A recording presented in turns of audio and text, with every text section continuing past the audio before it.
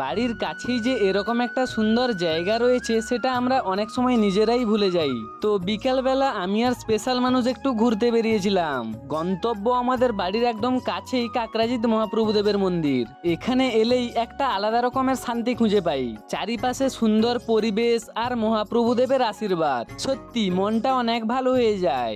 আমাদের এই ছোট্ট একটা এলাকায় এত সুন্দর একটা মন্দিরে অনেক দূর থেকেও অনেক মানুষ ঘুরতে এবং পুজো দিতে আসেন। তবে একটা কথা সবাইকে বলবো, মন্দিরে ঘুরতে এসে আনন্দ করো, সুন্দর সময় কাটাও, কিন্তু এমন কোনো কাজ করো না যাতে মন্দিরের বদনাম হয়। কারণ মন্দির সবার, তাই মন্দিরের সম্মান রক্ষা করাটাও আমাদের সবারই দায়িত্ব।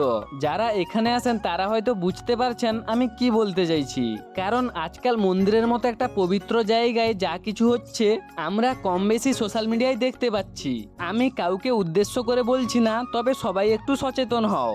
এখানে সুন্দর একটু সময় কাটিয়ে আমি আর স্পেশাল মানুষ আমার এক বন্ধুর দোকানে এলাম। টক জল আর ফুচকা দেখে জিভে কি জল সামলানো যায়, তাই তাড়াতাড়ি ফুচকা আর পাপড়ি চাট দুজন মিলে খেয়ে নিলাম। আচ্ছা, তোমরা কারা কারা কাকরাজিৎ থেকে আর কারা কারা কাকরাজিৎ মন্দিরে এসেছো কমেন্টে অবশ্যই জানিও।